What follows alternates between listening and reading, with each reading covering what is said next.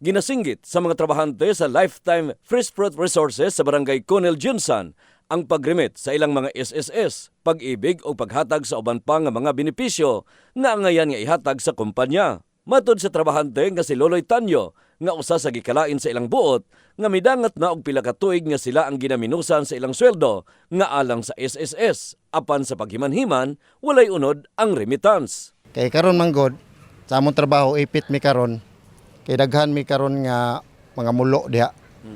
Ang isa namo karon ginagukod namo karon ang benepisyo nga sige kaltas hangtod karon.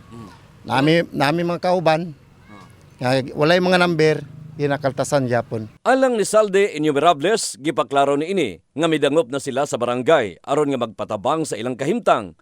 Sigun sa naisgutan nga wala na sila masayod sa kahimtang sa ilang pagpanarbaho tungod nga dili sila atubangon sa nagadumala sa maong kumpanya. Gihingusgan sa naisgutan nga nagasaka ang ilang edad nga mga empleyado ug maayo na lang unta nga pag-abot sa panahon. Aduna sila'y paaboton sa ahensya sa gobyerno pinaagi sa insakto nga pagrimit sa ilang benepisyo. Sa karon hanging pa jumi galabad maya mong ulo.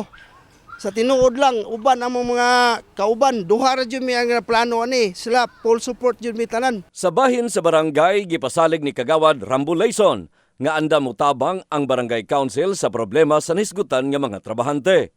Sumala sa Kagawad nga nakita niini nga nahimong makaluluoy ang uban nga mga empleyado nga nanarbaho og dugay sa maong kumpanya apan walay klarong paabuton tungod sa maong problema. Dili ginamo pwedeng pasagdan ang mga employee diha sa Sagingan kay number one puros mga taga Barangay Conel ni. Community ni sa Barangay Conel.